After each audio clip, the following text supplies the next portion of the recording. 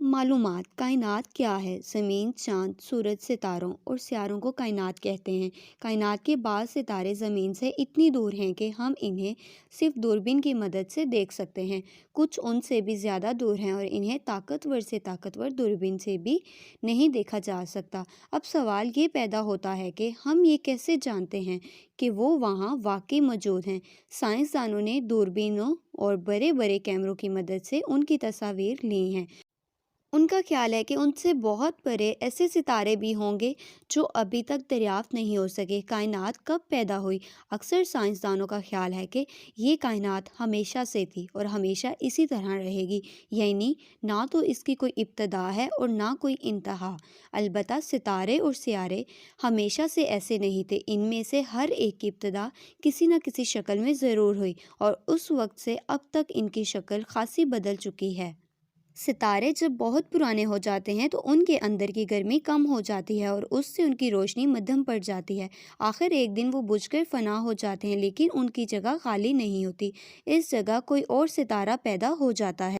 ऐसा करोड़ों सालों से हो रहा है। ज़मीन गोल कैसे हुई? आप खिड़की में से बाहर झांकते हैं तो आपको मकानात, गली कोचे, दरख्त और खेत नज़र आते हैं। लंबे और पहाड़ देखते हैं। इनके अलावा आप और भी हज़ारों चीज़ें देखते हैं, लेकिन उनमें से एक भी शय ऐसी नहीं जिससे इस बात का पता चले ज़मीन गोल है। लेकिन हकीकत ये है कि ज़मीन गोल है और ये एक बहुत बड़ी गेंद की मानद है। इसकी गोलाई आपको इसलिए नज़र नहीं आती कि आप इसके बहुत करीब हैं। अगर आप हवाई जहाज़ या खलाई रॉकेट में बैठकर ऊपर जाएं तो आपको ज़मीन की गोलाई का पता चल सकता है। फ़ज़ा से ज़मीन की जो तस्वीरें ली गई हैं उनसे भी आपको ज़मीन के गोल होने का सबूत मिल सकता है। ज़मीन को बने करोड़ों साल हो गए हैं। शुरू में ये मुख्तलिफ मादों का एक बलगम सा ढेर थी। ये ढेर सूरज की कशिश के बायस इसके गिर्द घूमने लगा।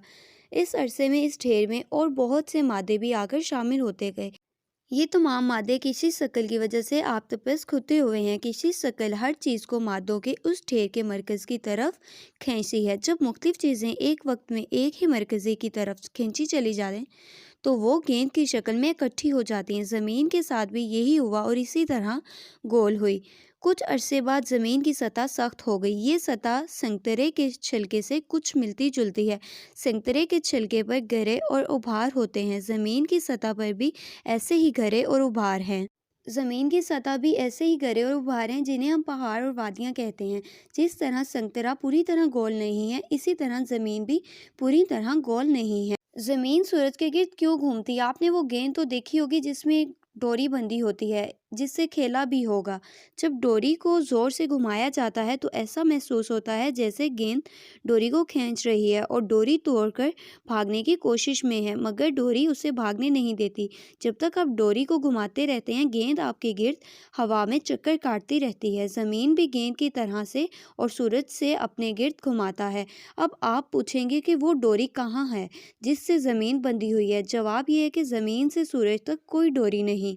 लेकिन एक ऐसी चीज़ तो ज़रूर है जो हमें नज़र नहीं आती, लेकिन वो ज़मीन को सूरज की तरफ खींचती है और उसे इधर उधर भागने नहीं देती।